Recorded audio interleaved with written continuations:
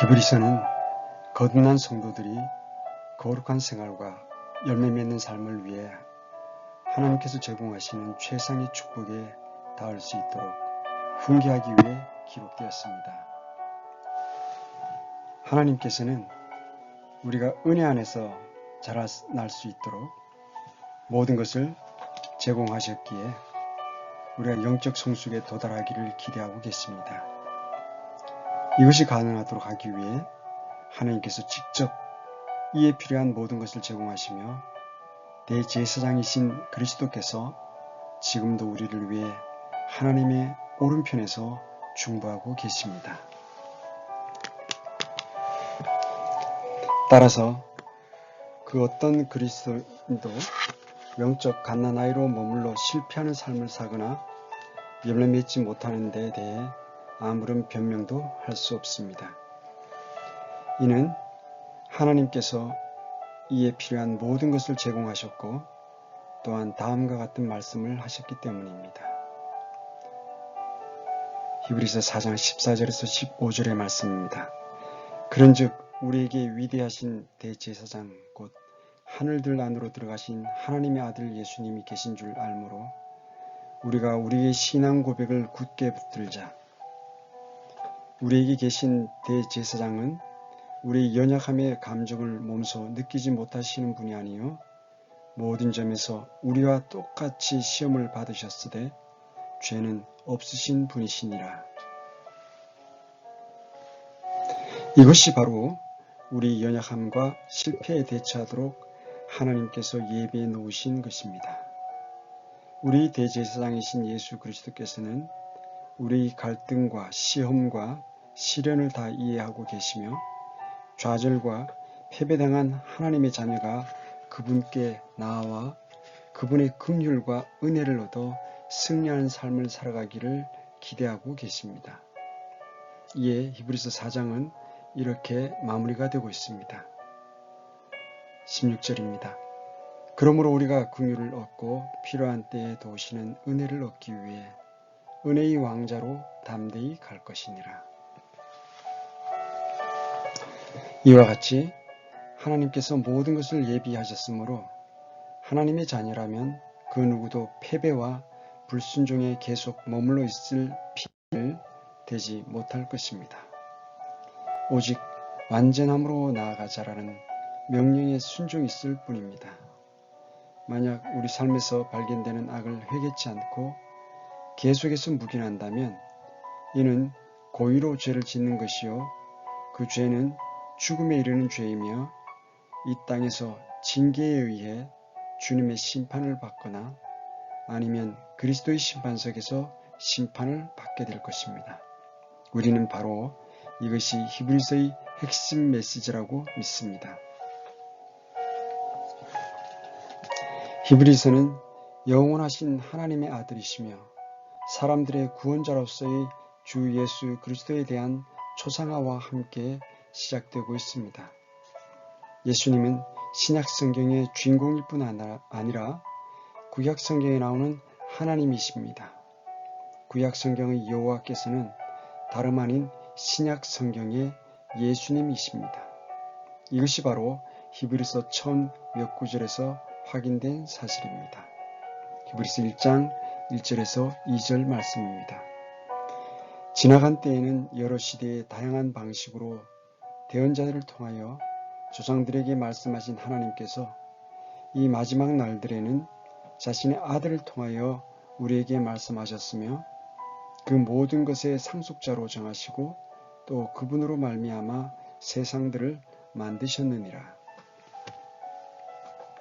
이 아들께서 하나님이시오 아버지와 하나이시라는 사실은 다음의 여러 가지 신적인 특성으로 즉시 확인되고 있습니다.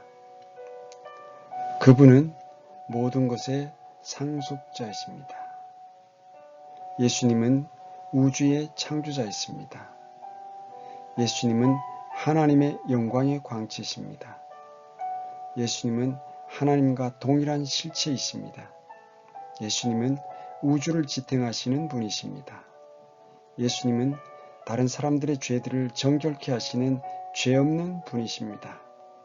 예수님은 신성한 왕자 위에 앉아 계십니다. 이처럼 히브리서의 첫 세 구절에는 아들 하나님의 성품에 대한 7가지 특성이 묘사되고 있는데 그 어느 것 하나도 피조물들에게는 해당될 수 없는 것이며 오직 신격을 가진 분에게만 해당됩니다. 만약 성경의 다른 구절들에 예수 그리스도의 신성에 대해 아무런 언급이 없다 할지라도 히브리서의 이 세 구절만으로도 충분할 정도입니다. 이와 같이 히브리서는 하나님의 아들이신 예수님을 소개하면서 시작하고 있으며 히브리서 주제가 바로 예수님이심을 드러냅니다.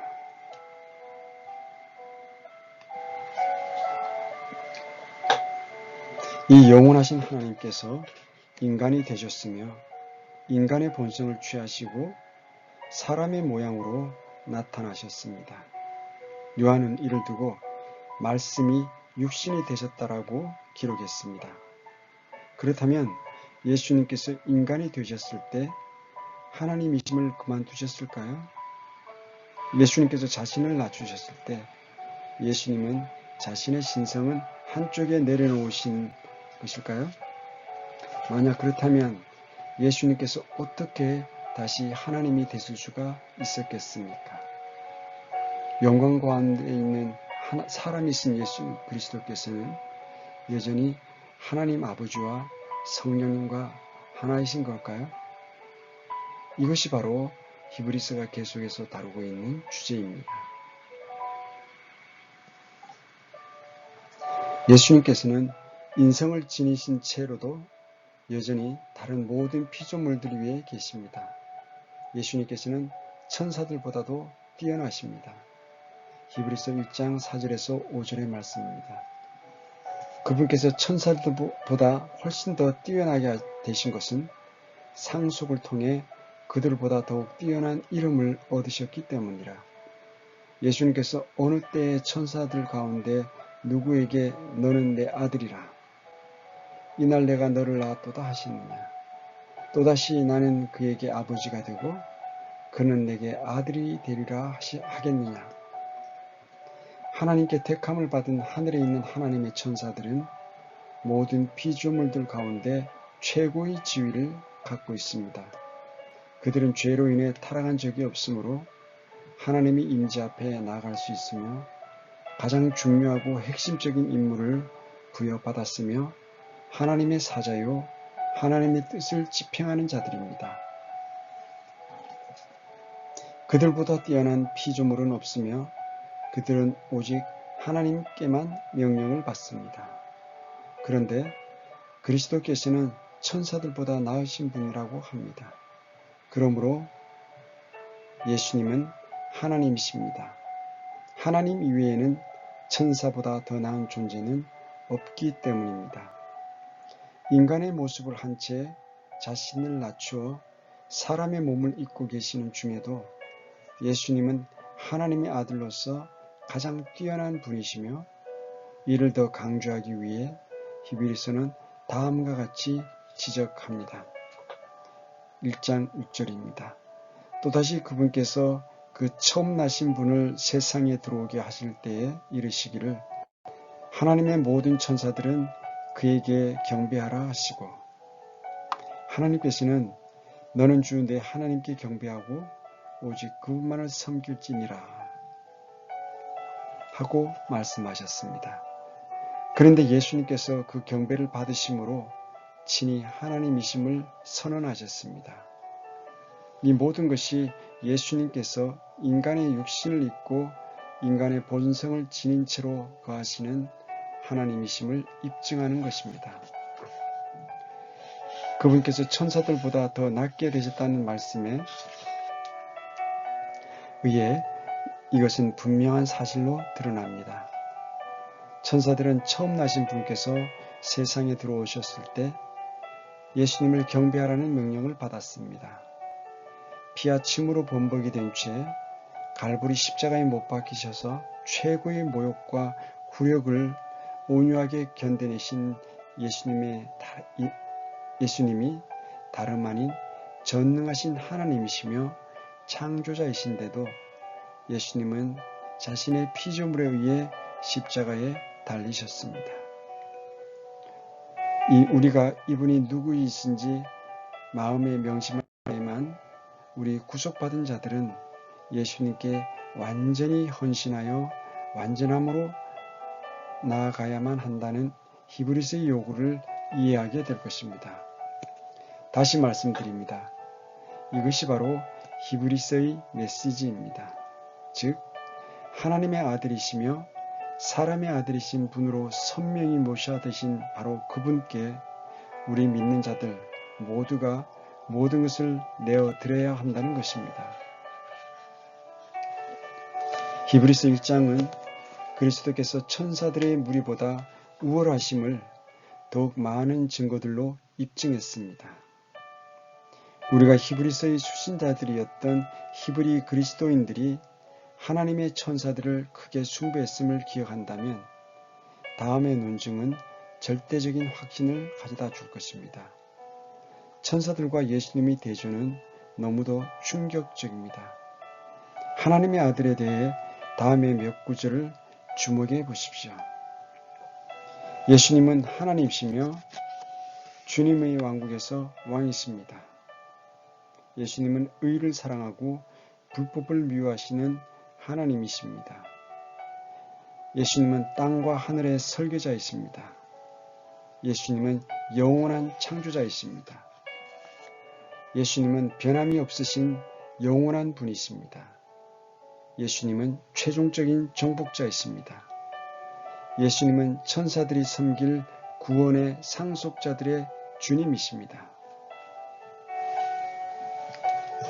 위 사항 중 단 하나도 그 어떤 최고 천사에게도 해당될 수 없습니다. 그러므로 히브리서 2장이 다음과 같은 훈계로 시작되는 것은 이상할 것이 없습니다. 그러므로 우리는 마땅히 우리가 지금까지 들은 것들에 더 열심히 주의를 기울여야 하리니 이것은 언제라도 그것들이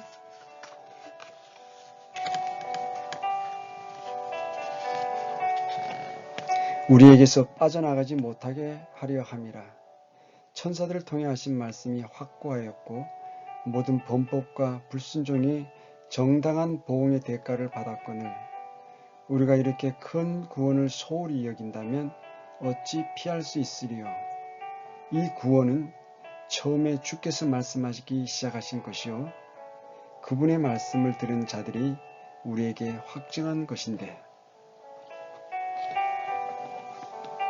이 구절에서 우리는 두 가지 것을 주목해야 합니다. 첫째는 그러므로라는 단어이며 그 다음은 우리라는 대명사가 반복해서 사용되고 있다는 사실입니다. 히브리서 기자는 믿는 자들에게 편지를 쓰면서 자신과 그들이 같은 부류임을 이렇게 표현하고 있습니다.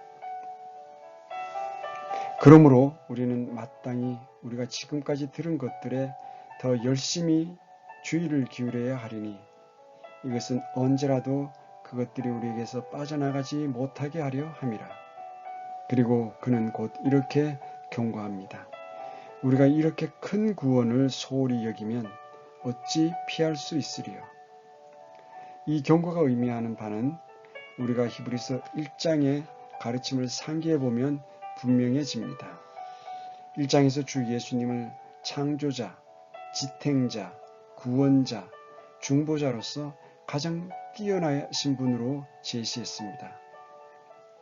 그분께서 누구신지 그리고 그분께서 우리를 위해 행하신 모든 것이 어떤 것인지를 생각해 보면 예수님은 우리 절대적 헌신과 순종 그리고 최상의 섬김과 열매 맺음을 요구하실 권리가 있으십니다.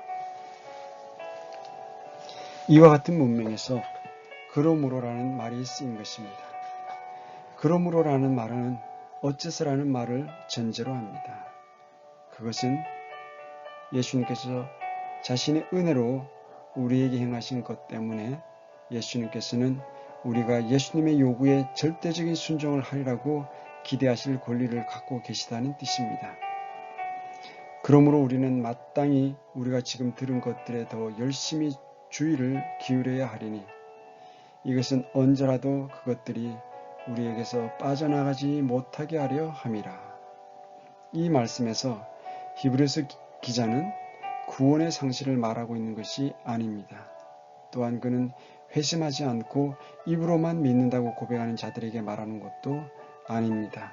왜냐하면 그들의 신앙 고백이 만약 거짓 고백이라면 그 고백을 굳게 붙들어 빠져나가지 못하게 하라고 고면할 리가 없기 때문입니다.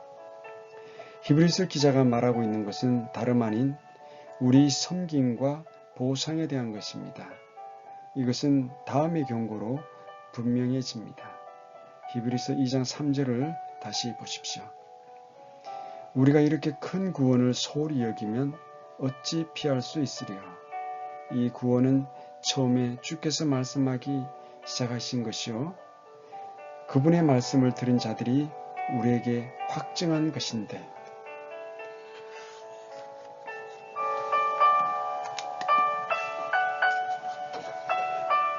이 구절은 일반적으로 죄인에게 적용되어 복음 선교에 사용되어 왔습니다.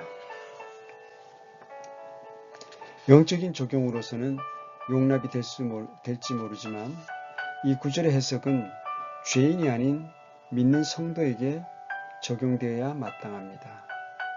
두 단어가 문제를 푸는 열쇠입니다. 우리와 소홀히 함이 바로 그것입니다. 우리라는 단어는 히브리서 기자 자신이 포함되므로 그가 믿는 자들에게 서신을 기록하고 있음을 시사하고 있습니다. 반면 소홀히 함이라는 단어는 혹시 소홀히 다루게 될지도 모를 뭔가를 우리가 이미 소유하고 있음을 전제하고 있습니다. 본문은 우리가 이렇게 큰 구원을 거부한다면 어찌 피할 수 있으리요 라고 말하지 않습니다. 이들 히브리 그리스도인들은 복음을 거부하지 않았습니다. 오히려 그 큰 구원을 받았습니다. 이들은 거저 주시는 은혜로 구원받았고 의롭게 되었으며 안전을 보장받고 있습니다. 따라서 이들에게는 이 합당한 행위가 뒤따라야만 합니다. 우리는 우리의 구원을 가지고 뭔가를 해야 합니다. 우리는 은혜로 받은 이 구원을 소홀히 해서는 안 됩니다. 회심은 우리 구원으로 끝이 아니라 단지 영원한 삶의 시작일 뿐입니다. 우리는 이제 완전을 향해 나아가야 합니다. 바로 이것이 히브리서 전체의 주제요 목표입니다. 이스라엘 민족은 이집트에서 나왔으며 유월절 양의 피로 구속받았으나 그들의 목표 지점은 승리의 땅 가나안이었습니다. 그럼에도 겨우 몇 사람만이 이 풍요로운 땅에 도착할 수 있었을 뿐이었습니다. 대다수의 무리는 비록 피에 의해 구출되었고 다시는 이집트로 돌아가지는 않았지만 광야에서 죽었으며 승리의 땅에 들어가는데 실패했습니다. 가나안은 하늘나라가 아니며 현 세상의 승리를 상징하는 곳으로 히브리서는 바로 이 승리의 삶을 제시하고 있습니다. 사도 바울은 빌립보 형제들에게 다음과 같이 썼습니다. 빌립보서 2장 12절의 말씀입니다. 그러므로 나의 사랑하는 자들아, 너희가 항상 순종한 것 같이 내가 있을 때뿐 아니라 지금 내가 없을 때에도 더욱더 순종하여 두려움과 떨림으로 너희 자신의 구원을 일하여 드러내라. 이것은 구원받은 믿는 사람들에게 보낸 것입니다. 바울은 이들을 사랑하는 자들이라고 불렀습니다. 이 구절은 믿는 자들의 순종을 다루고 있습니다. 이들은 구원받기 위하여 일하는 것이 아니라 그들이 받은 구원을 위하여 밖으로 드러내 보여야 합니다. 하나님께서는 우리 안에서 일하고 계시며 우리는 일하여 밖으로 그 믿음을 드러내 보여야 합니다. 구원은 선물입니다. 그러나 구원은 책임을 동반합니다. 우리는 구원을 가지고 열매를 생산할 수 있으며 혹은 구원을 소홀히 할 수도 있습니다. 예를 한번 들어보겠습니다. 제가 여러분들 중 어떤 사람에게 농장 하나를 선물했다고 가정해 봅시다.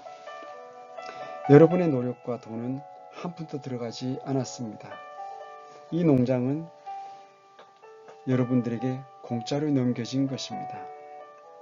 여러분들은 권리증을 넘겨받았고 이제 소유권은 여러분들에게 있습니다.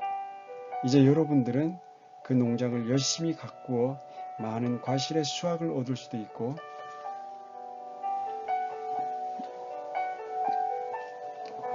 혹은 그것을 소홀히 할 수도 있습니다. 물론 여러분들이 그 농장을 소홀히 했다 하더라도 소유권이 박탈되지는 않습니다. 그러나 그 소홀함으로 인해 여러분들의 수고에 대한 보상과 축복은 박탈될 수 있습니다. 구원도 마찬가지입니다. 구원은 은혜로 거저 주어지는 선물입니다. 그러나 여러분들이 그 구원을 가지고 어떻게 했느냐에 따라 추수 때의 보상과 손실이 결정됩니다. 우리가 회개보고를 해야 할 때가 다가오고 있습니다. 하나님께서는 모든 믿는 자들이 구원이 가져다준 기회와 시간과 책임에 대해 어떻게 무엇을 했는지 그 행위에 따라서 심판하실 것입니다. 이 심판은 그리스도의 심판석에서 있게 될 것입니다. 다음의 말씀을 주목하십시오. 고린도후서 5장 10절의 말씀입니다. 우리가 반드시 다 그리스도의 심판석 앞에 나타나리니 이로써 각 사람이 좋은 것이든 나쁜 것이든 자기가 행한 것에 따라 자기 몸 안에 이루어진 것들을 받으리라. 그리스도의 심판석에서 받을 보상은 보고서의 내용이 좋은 사람들을 위한 것이며 구원을 소홀히 한 사람들은 손실을 당하게 될 것입니다. 이것이 바로 히브리서 2장 3절이 의미하는 것입니다. 우리가 이렇게 큰 구원을 소홀히 여긴다면 어찌 피할 수 있으리요? 이 구원은 처음에 주께서 말씀하기 시작하신 것이요 그분의 말씀을 들은 자들이 우리에게 확증한 것인데 여기서 피한다는 것은 무엇을 피한다는 뜻인가요? 지옥을 말하는 것은 아닙니다. 왜냐하면 지옥을 피하게 해주는 것은 은혜의 구원이지 행위가 아니기 때문입니다. 여기서 말하는 것은 회개보고할 때 하나님의 심판을 피할 수 없다는 말입니다. 다시 한번 바울의 말을 들어보십시오. 고린도전서 3장 13절에서 15절의 말씀입니다. 각 사람의 일이 드러나리라. 그날이 그것을 밝히 드러내리니 이는 그것이 불에 의해 드러나고 그 불이 각 사람의 일이 어떤 종류인지 그것을 시험할 것이기 때문이라. 어떤 사람이 그 기초 위에 세운 일이 남아있으면 그는 보상을 받고 어떤 사람의 일이 불타면 그는 보상의 손실을 당하리라. 그러나 그 자신은 구원을 받되 불에 의해 받는 것 같이 받으리라. 이 말씀은 실로 엄숙한 말씀입니다. 우리가 구원받았다고 해서 그저 우리가 하고 싶은 대로 우리 육신이 기뻐하는 대로 살아선 안 된다는 말입니다. 은혜는 우리에게 죄를 지을 면허를 준 것이 아니며 느슨한 삶에 대해 변명을 제공하지도 않습니다. 우리 모두는 구원받은 후 우리가 행한 일들에 대해 답변하기 위해 그리스도의 심판석에 출두해야만 합니다. 이 분명한 계시의 말씀에 비추어 우리는 히브리서의 엄숙한 경고를 이해할 수 있습니다. 2장 11절에서 3절의 말씀입니다. 그러므로 우리는 마땅히 우리가 지금까지 들은 것들에 더 열심히 주의를 기울여야 하리니 이것은 언제라도 그것들이 우리에게서 빠져나가지 못하게 하려 함이라. 우리가 이렇게 큰 구원을 소홀히 여기면 어찌 피할 수 있으리요?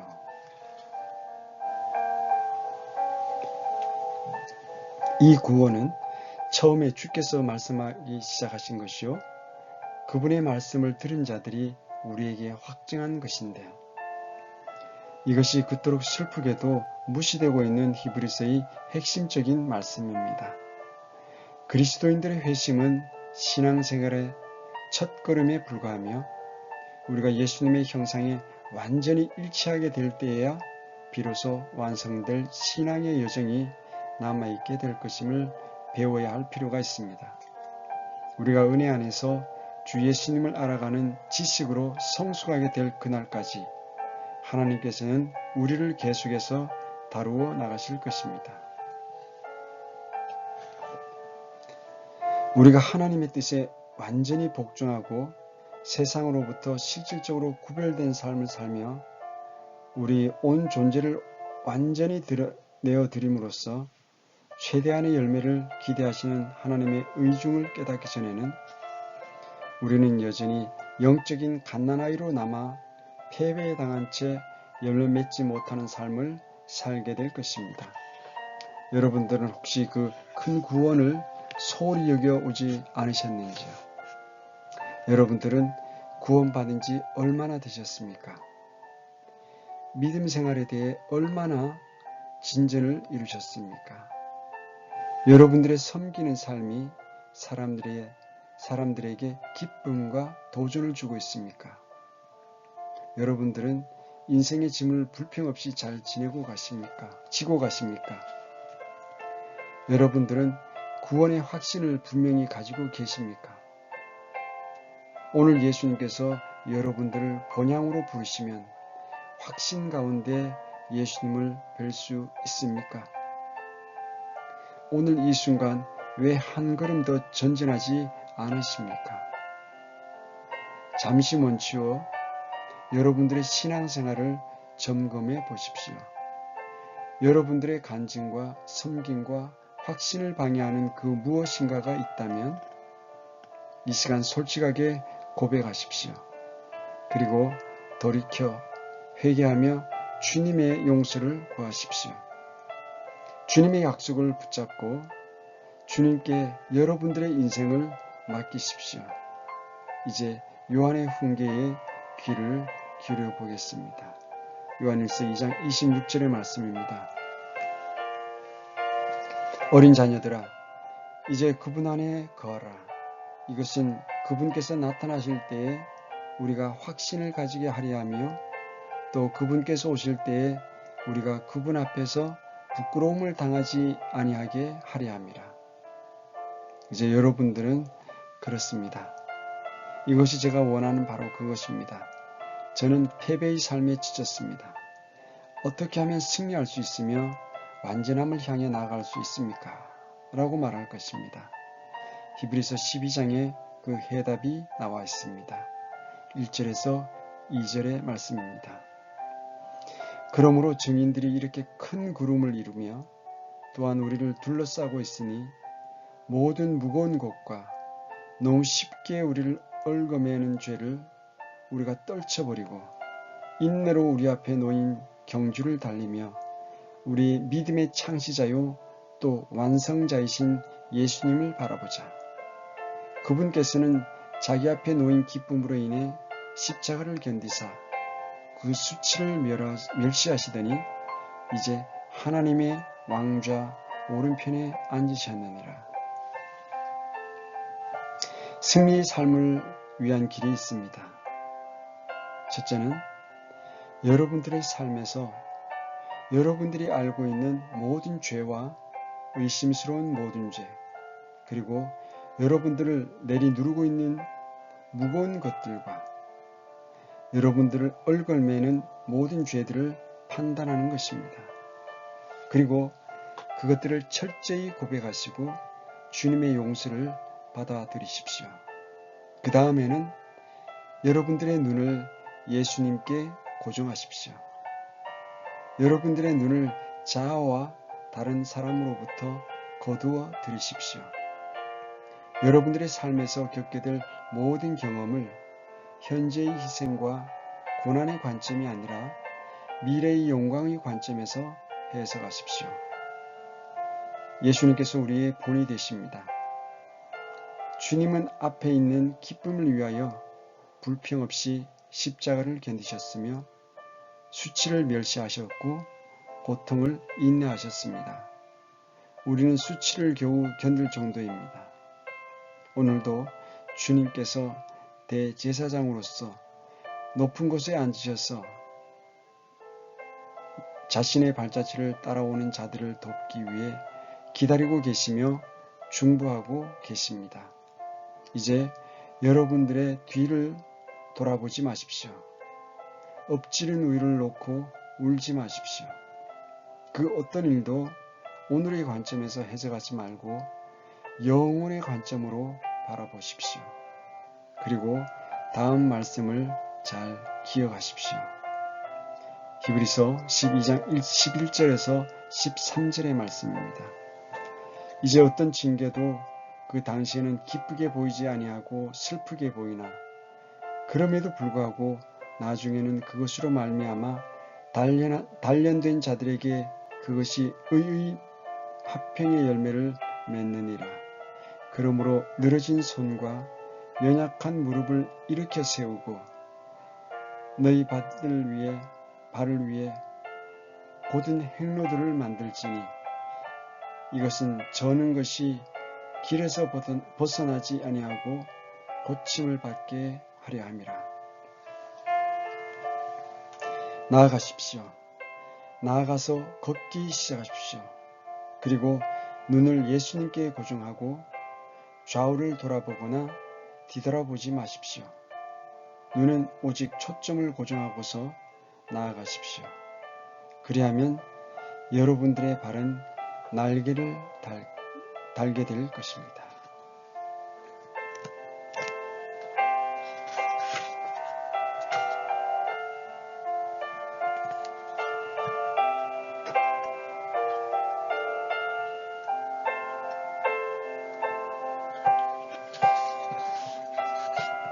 자, 오늘은 우리가 구원을 소홀히 여긴다면 우리 구원에 관해서 함께 말씀을 나눠봤습니다.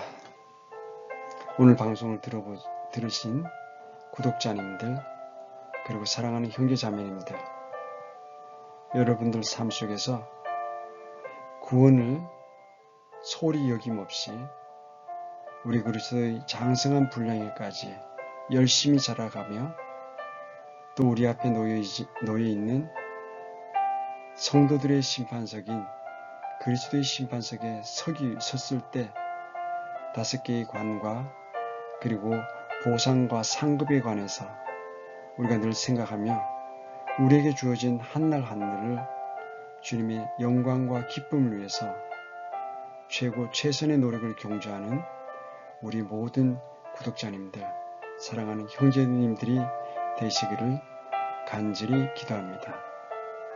오늘도 함께해 주셔서 감사합니다. 평안하십시오.